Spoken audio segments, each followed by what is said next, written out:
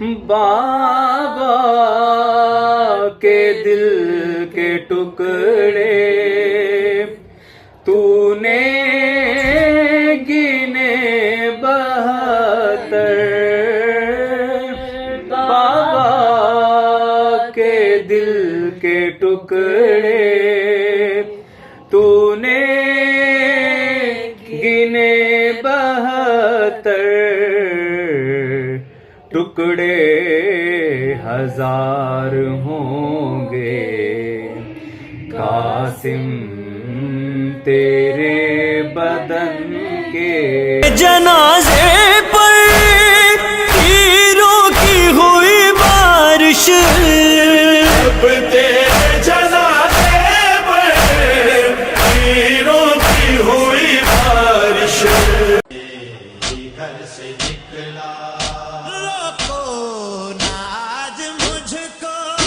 اے چاند فاطمہ کے روکو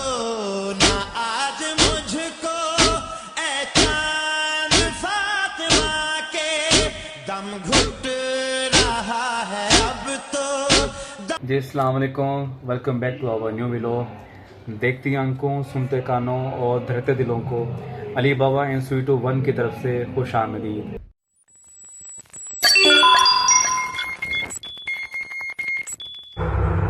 اور جب دوسری کی عظیم ترہم بنا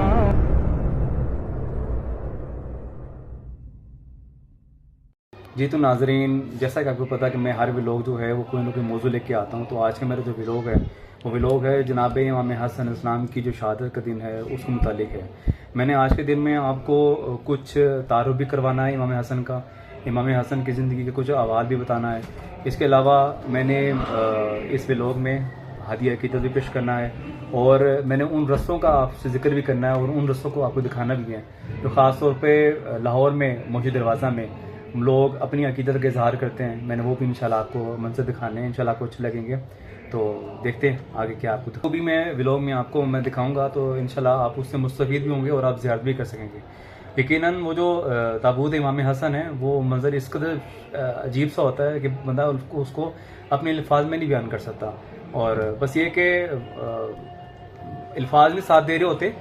مگر یہ کہ آنسو ساتھ دے رہے ہوتے ہیں اور جذبات ساتھ دے رہے ہوتے ہیں۔ اور یہ اس منظر کو سامنے لے کے آ رہا تھا جب امام حسن علیہ السلام کا جو تابوت ہے وہ جب گھر سے نکلا تھا اور دفن ہونے کے لیے جا رہا تھا، تو لوگوں نے کس طریقے سے آپ پہ تیر برسائے تھے، یہ اس منظر کو پیش کر جی سب سے پہلے میں مولا امام حسن علیہ السلام کا جو تعارف ہے وہ بیان کرنا چاہوں گا۔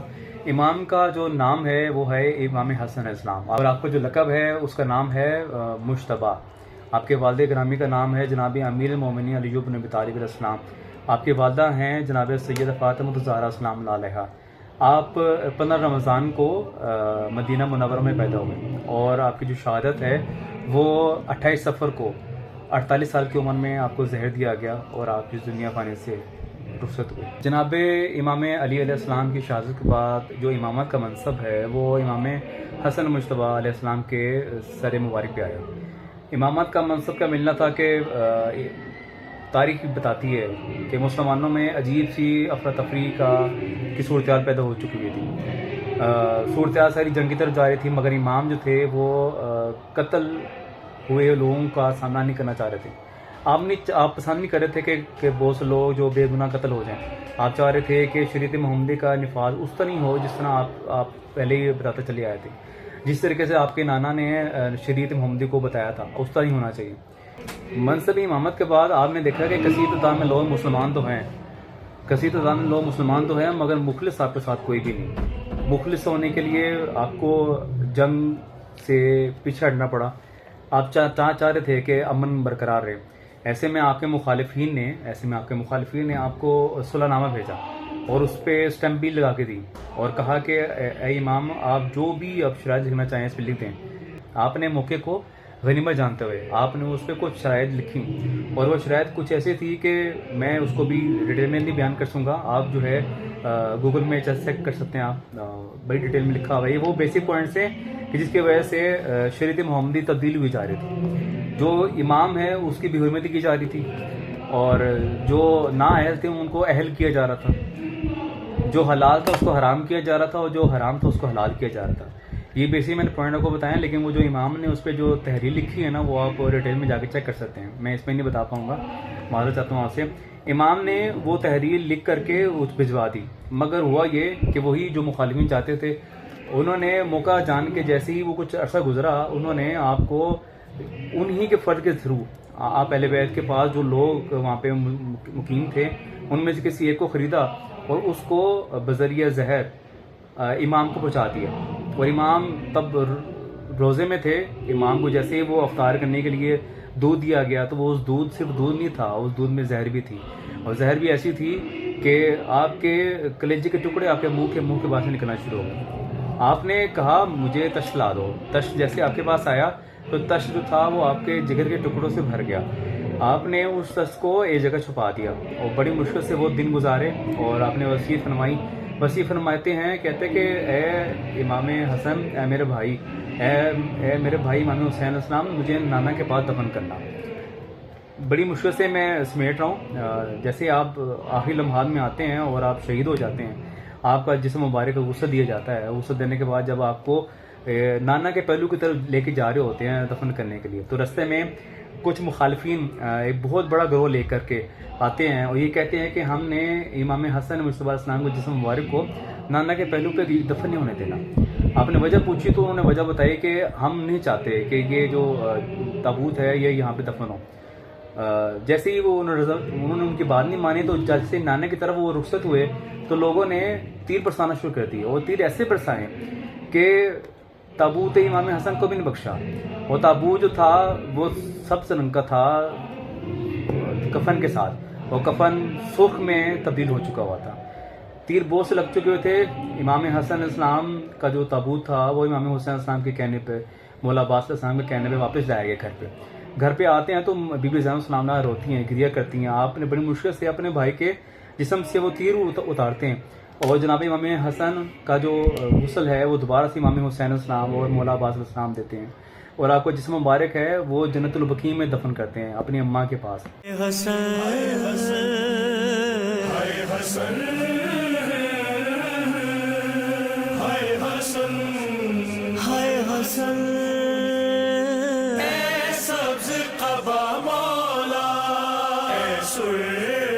کفن مولا,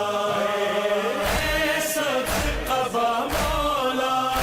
اے سرخ کفن مولا. برسات ہے تیروں کی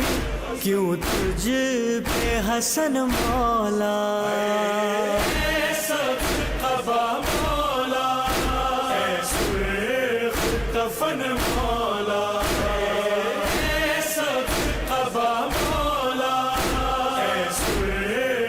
کفن مولا,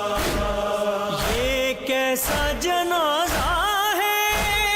جو لوٹ کے گھر آیا, یہ کیسا جنازہ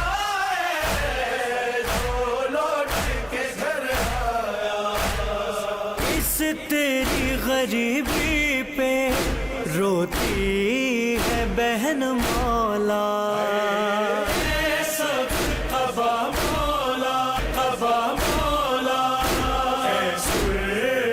کفن مولا. ہے زہر حلال نے کیسا یہ ستم ڈھایا,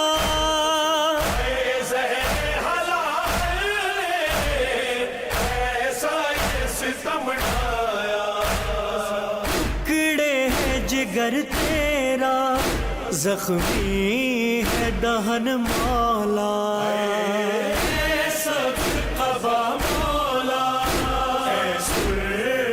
کفن مولا, اے سبز قبا مولا, اے سرخ کفن مولا. عباس یہ رو رو کے کہنے لگے سرور سے, عباس یہ رو رو کے کہنے لگے سرور سے. دیکھے تو ذرا کتن مولا, اے سبز قبا مولا,